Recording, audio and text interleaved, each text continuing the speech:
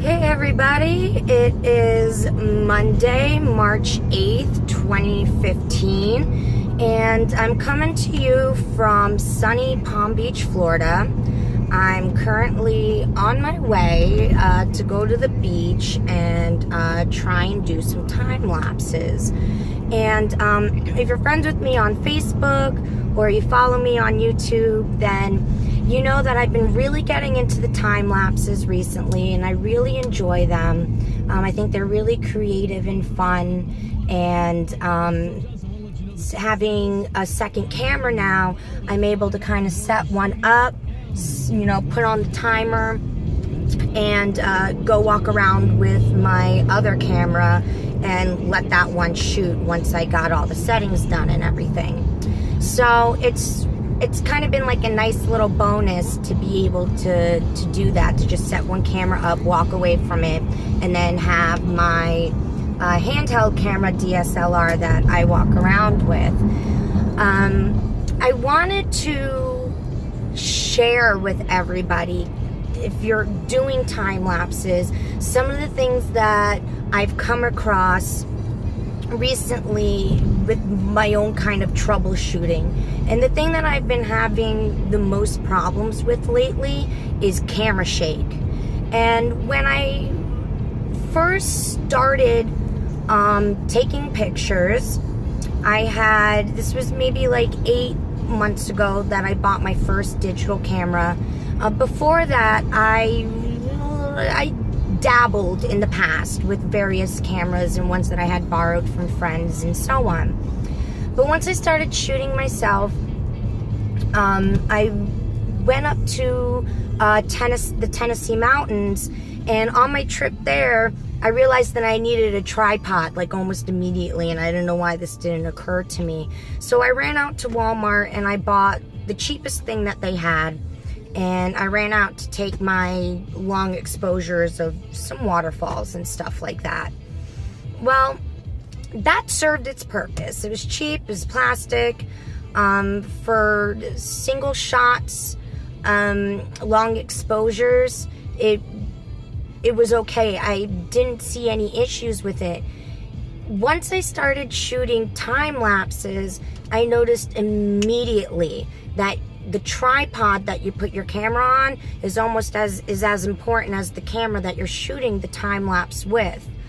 I say that because if you don't have a sturdy tripod, the slightest breeze is going to shake your camera and you're going to get these kind of bouncing frames in your time lapse. So a couple of tips that I have kind of sourced together from various forums and stuff like that, and I've asked and posted questions on Facebook and different Photoshop and Lightroom forums and Nikon forums and stuff like that. So the biggest thing to begin with is your camera tripod. And the bigger, the bulkier, the better, period. So if you can get onto Craigslist and find an antique one, or a surveyor tripod, then that's a really good bet, because they're going to be old, they're going to be bulky, and they'll be cheap. Most of the ones that you're going to find online today that are not made of plastic and something else like aluminum or carbon fiber, you're going to be paying well over $100 for this tripod, and most of the time you don't get to test them out beforehand. If you cannot afford one, or you don't have one and you just have your cheap little tripod, there are some hacks that you can get around camera shake and kind of rig your cheap tripod to try and be a little bit more stable. One is weigh it down on the bottom. When you do time lapses, try and use your tripod on the lowest setting. Do not extend the legs at all. The more you extend the legs, the more that it's gonna wobble, and it's gonna be less intact. So the shorter that you can keep it to the ground, the more stable it's gonna be. Grab yourself a sandbag or a backpack and throw a couple of bottles of water in it and weigh it down on the bottom. If you have an interloper timer that hooks up to your camera, make sure that it's not hanging or swinging from it. That can cause camera shake as well. If you can set something on top of your camera, a small weight, that even helps. I've started placing a tiny bean bag on top of my camera when I'm using my cheap tripod. What else?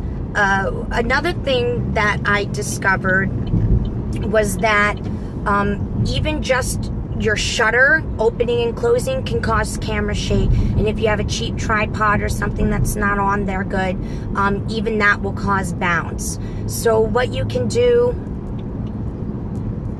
is oh geez, I lost my train of thought. I had this person driving in front of me. Whatchamacallit? Mirror lock. Haha, I came back. Mirror lock is a feature on a lot of DSLRs. I know I have it on my Nikon D3300 and my 5100, where you can go into the settings and it says mirror lock, and you can lock up the mirror that's in front of your sensor, and it's used for cleaning or for long exposures.